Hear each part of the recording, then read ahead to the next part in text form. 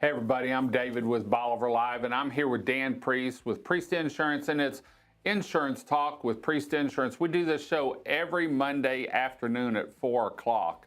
And today's going to be a little different. Well, actually, every time every show's a little different. So that means they're kind of the same? Yeah. Well, you never know what we're going to talk about. When I say I've been thinking, Dan just starts sweating. So Helene came in. Yep. Devastation from Florida on up. But let's talk about the damage. You know, the people on the coast, inland a little bit, they have insurance. They have flood insurance. They have windstorm. They have everything, or they should. Yeah. Because of the area they're in. But then you get up into the Carolinas and Tennessee and Georgia, and you know, some of these people live up on the side of a hill. Beautiful home. They may not need flood insurance because they're not in that zone. Well, I want to caution you about something there. So what's going on, and you know, floods, over 50% of the floods that happen every year are in places that are not considered a flood zone. Okay, so flood insurance if you live on top of Pikes Peak, maybe not. Okay. Right. But in these newer subdivisions or newer developments, it can be an important thing. And I think that this is an illustration, and it's really, really hard to drive this point home. It's about where the rain falls and how long it falls. Right. So it may not rain at your house, but up there it could have rained 15 miles from you. But if you're at the bottom, you've got all that coming towards you. Okay, so yes, so 3 examples. Years ago, there was a tropical storm Allison, if you remember that hit Houston. Well, that hit on the Greens Bayou thing up around the Woodlands area and on the east side of town. I remember, and it flooded the east side. It flooded. So if you're familiar with Houston, the North Loop or the loop where I-10 intersects it on the east side of town was under 4 foot of water around Anheuser-Busch, Galena Park. It was horrible. You know, 30 inches of rain fell in the Woodlands area, spring. 3 inches of rain fell in Katy. So I heard, we made it through Allison. Well, it didn't rain on you. Yeah, I remember that because I just sold my airboat, and the guy that bought it was actually on the news going down one of the feeder roads helping rescue people. Exactly. So the importance of that is it depends on what aquifer that the rain falls. Hurricane Harvey was another one. That here at home, take Winnie for instance.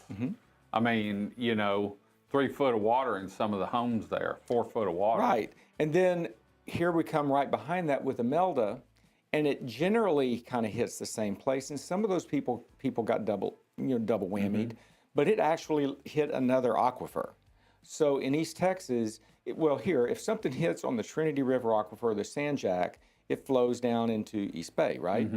But if it hits in the Neches, or in those aquifers, Pine Island Bayou or Village Creek, or even the Sabine River, that's a different set of circumstances. They could hit the Sabine River and flood a totally different group of people than if it moved over and hit around Sam Rayburn, or in that area it floods the other rivers. So you were going down a spot that you don't need flood insurance.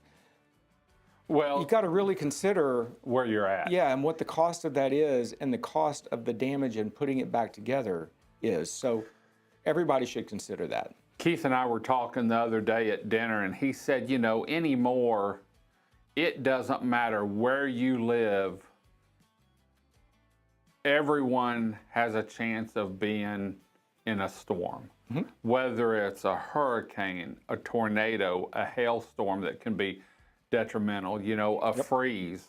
He said, man, anymore, the way the weather patterns are, you just never know. And, you know, my mom lives up by Lake Travis, and they have some of the roads that have some low water crossings and stuff. And up there, you know, they can have a flood like that because there's nothing to slow the water down, and it drains for so far. Here, we have an area where you can't get rid of water because we're so close to the tide. And then you get the tide on top of 6-8 inches of rain, you It's know, an extra foot of water. an extra foot of water. So you mentioned Austin. So Austin, the Waco area, that up to the Dallas quarter, that's a huge hail risk. They also have tornadoes. I have some friends that had tornado damage up there in the past few weeks.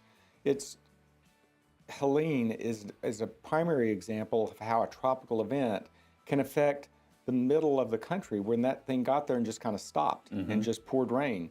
So weather events happen, and it can all It doesn't matter where you. I remember one time asking you, and they're all different. Dan, where can I move that insurance isn't going to be a major factor in a home payment? And he said, you said, I don't really know of anywhere.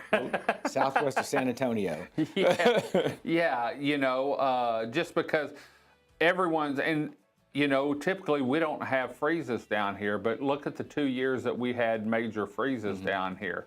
You know, when Harvey hit, someone called me and said, how y'all doing? I said, man, we're okay, but anything within 50 miles of me has got 3 foot of water on it. You know, we're here, but we're stuck here unless you want to go across the ferry because you can't get down 124.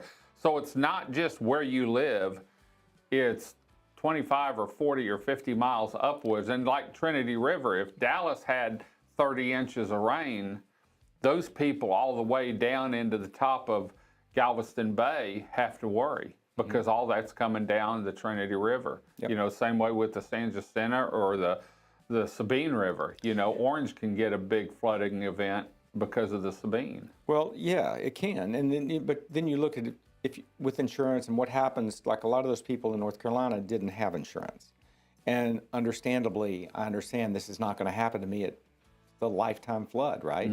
But then it does, and you know, this is not a statement, but for $300 or $400 a year, they could have had that protection.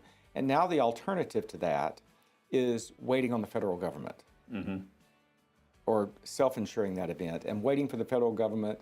And if you recall, like what happened here with Ike, there were some people that they had some temporary housing if you qualified economically, that maybe it was a travel trailer that you stayed in up to 3 years.